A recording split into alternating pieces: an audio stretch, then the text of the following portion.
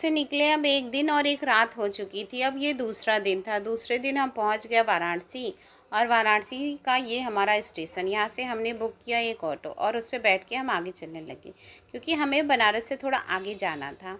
वहाँ से हमें मुगल सराय जाना था, जो कि एक पुल पार करके बस आ जाता है। वो है मेरी नंद का घर, यानी मेरे बच्चों की बुआ का घर। और फिर हमने वो पुल पार किया। ये पुल है राजघाट का पुल, और ये पुल पे आते ही हमें इतनी खुशी हो रही थी, क्योंकि हम बहुत दिनों के बाद यहाँ पे आ रहे थे।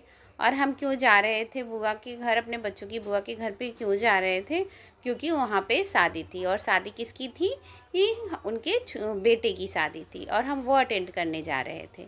जैसे ही हम वहाँ पे पहुँचे तो हमने क्या देखा कि वहाँ की शादी के प्रोग्राम्स स्टार्ट हो चुके थे।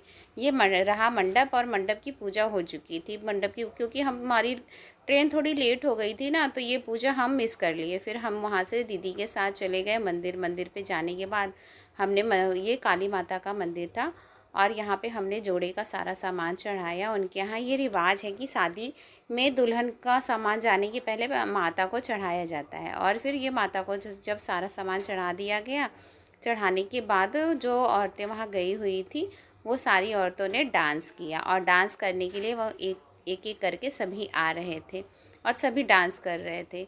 और बार बार मुझे भी कह रहे थे डांस करने के लिए, लेकिन मुझे डांस करना उतना अच्छा आता नहीं है, तो मैंने तो नहीं किया। लेकिन मैंने इंजॉय बहुत किया।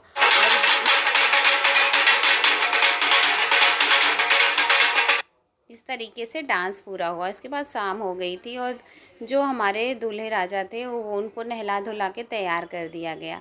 और क्योंकि मैं मामी थी, तो मामी का एक रस्म होता है जिसमें मामी अपने भांजे को क्या करती है, आँखों में काजल लगाती है, जिससे वो बुरी नज़र से बचा रहे।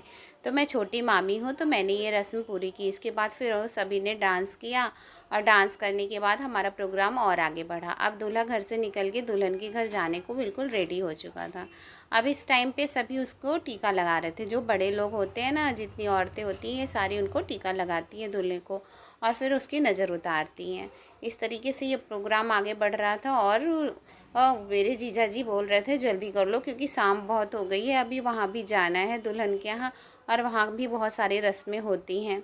लेकिन ये ऐसी बारात थी, इसमें हम सब नहीं गए थे, क्योंकि हम मामी थे ना, तो हम जा नहीं पाए थे। सिर्फ बड़े बड़े लोग, जो बच्चे थे वो गए थे, और हम नहीं जा पाए थे। और इस तरीके से हमारे दूल्हे राजा अपने घर से निकले दुल्हन के घर जाने के लिए।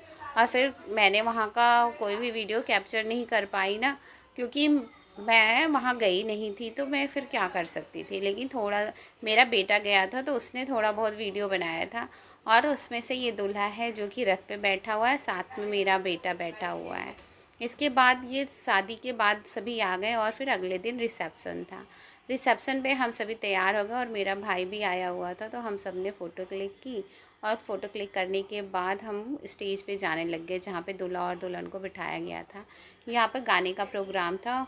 एक लेडी थी जो बहुत अच्छा गाना गा रही थी, और सभी एक एक करके स्टेज पे जाते और दूल्हा दुल्हन को आशीर्वाद देते।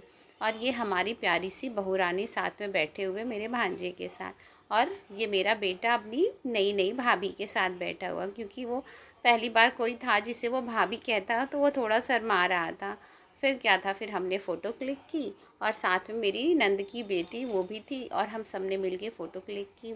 इस तरीके से वो दुल्हन भी बहुत प्यारी है, और बहुत अच्छी, और बहुत ही अच्छे नेचर की है। और उसके परिवार के भी लोग आए हुए थे। हमने सबसे मिले, और गेट टुगेदर होने के बाद इस तरीके से हमारा दूसरा दिन हुआ। सब